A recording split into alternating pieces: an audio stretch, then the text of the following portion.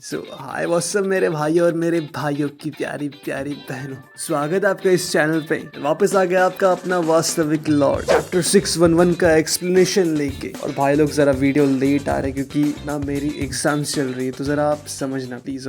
Okay so let's get started. Last chapter में हम सब ने देखा था कि कैसे युहाबा ने ऑलमाइटी अवेकन करके इचेबे के लिटरली चिथड़े उड़ा दिए थे, उसको लिटरली क्रश कर दिया था, बेहद बुरी हालत कर दी थी उसकी। अब देखेंगे हम आगे क्या होता है। यहाँ पे इचेबे को क्रश करने के बाद युहाबा बोलता है कि death 3 paces in front of line, just as I foresaw। तुम्हारी मृत्यु सील लाइन के बस 3 कदम आके, जैसे कि मैंने देखा था। और गाइस हम यहाँ पे देख सकते हैं कि इचेबे की कितनी दुर्दशा करती, कितनी गंदी कंडीशन करती युहाबा ने। उसके लिम्स अलग कट के गिरे, उसके पैर अलग कट के गिरे हुए हैं, उसका धड़ अलग गिरा है, उसका सर अलग गिरा है। तो बड़ा खौफनाक मंजर है। फिर यहाँ पे युहाबा आगे जाता है और जो मेन पैलेस के सामने इचेबे ने बैरियर बनाया होता है, ये बोल के कि मैं तुम्हें इसे क्रॉस नहीं करने दूंगा। वो बैरियर युहाबा अपने हाथों से डिस्ट्रॉय कर देता है। और यहाँ पे युहाबा ऑब्जर्व करके बोलता है कि स्क्वाड 0 भी गिर चुकी है। And then Yhwach soul king के पैलेस की तरफ देख के मुस्कुराता है और बोलता है you shall be the next to fall soul king. अब तुम्हारी बारी, तुम्हारे प्यादे तो हमने गिरा दिए, अब बारी बादशाह की। You are next. अब चलते हैं नेक्स्ट सीन की तरफ। और नेक्स्ट सीन में फाइनली सोल किंग पैलेस में हमारे शो के main protagonist Ichigo Kurosaki and company की एंट्री हो चुकी है। उनके फेक टेंचुरेन से उनका टेंचुरेन सोल किंग पैलेस में लैंड हो चुका है। और जैसे ही वो टेंचुरेन से बाहर आते हैं, उनका रिएक्शन कुछ ऐसा होता है। इतना सन्नाटा क्यों है भाई?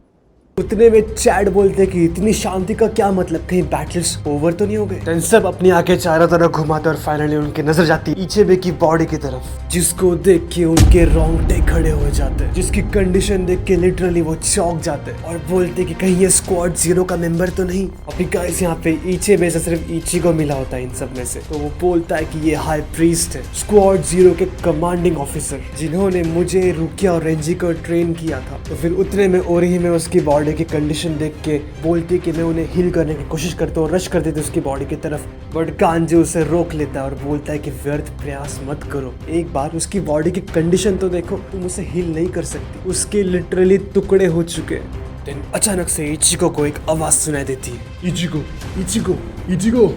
उसे ऐसा लग रहा होता है कि जैसे कि कोई उसे बुला रहा है, कोई उसे आवाज दे रहा है, और ये और कोई नहीं, खुद इचेबे होता है। वो मेंटली, मानसिक रूप से इचिगो को बुला रहा है। मेंटली इचेबे इचिगो को मैसेज कन्वे कर रहा है। और देन इचिगो भी उसकी वॉइस रिकॉग्नाइज कर लेता है, पहचान लेता है और बोलता है हाई प्रीस्ट, क्या ये आप है?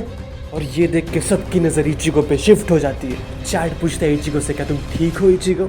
तो इचिगो उतने में बोलता है कि पता नहीं क्यों पर मुझे हाई प्रीस्ट की आवाज सुनाई दे रही है, ऐसा लग रहा है कि जैसे वो मुझे बुला रहा है, मुझे पुकार रहे हैं। और फिर दोबारा इचेबे मेंटली मैसेज कन्वे करता है इचिगो को और बोलता है कि इचिगो मेरा नाम लो, say my name। Say my name. Ichigo बोलता है तुम्हारा नाम? अच्छा ठीक है, लेता हूँ, योसुबे इचेबे।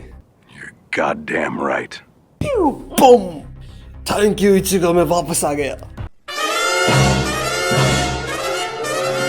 ऐसे काफी ज्यादा अनप्रेडिक्टेबल था। यहाँ पे इचिगो ने हम सबको सरप्राइज कर दिया। He fucking came back to life। And ये देखकर इचिगो और उसके फ्रेंड्स का रिएक्शन कुछ ऐसा था।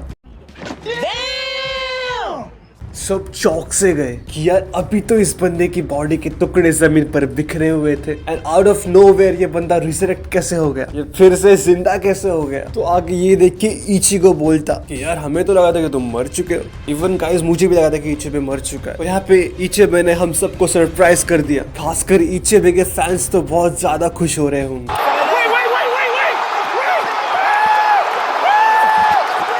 खैर चलो कंटिन्यू करते स्टोरी को। तो इचिबे यहाँ पे बोलते कि मैं मरा था, एंड आगे वो एक्सप्लेन करते कि ये सब पॉसिबल कैसे हुआ। All my powers lies in my name. By having you call it, I just took a teensy little bit of your power and restored my body.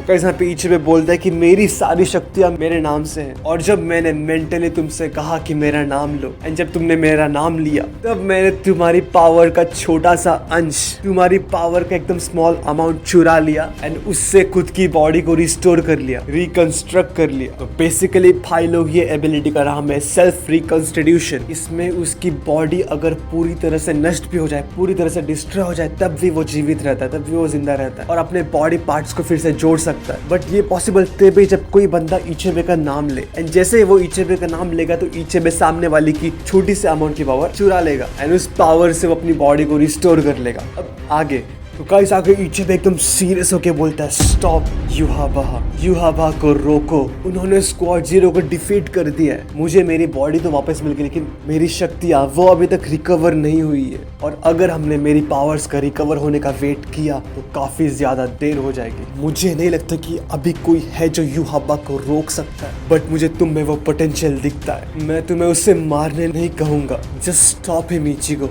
Guys यहाँ पे इचेबे इचिगो से रिक्वेस्ट कर रहा है कि बस उसको रोक दो। वो उसे मारने के लिए नहीं कह रहा, वो उसे बस रोकने के लिए कह रहा है। आगे इचेबे बोलता है कि स्पिरिट किंग इस दुनिया की चाबी है, इस दुनिया की एक नींव है जिसकी वजह से ये दुनिया, ये वर्ल्ड एग्जिस्ट करता है। अगर वो मर गए ना इचिगो तो सब कुछ नष्ट हो जाएगा।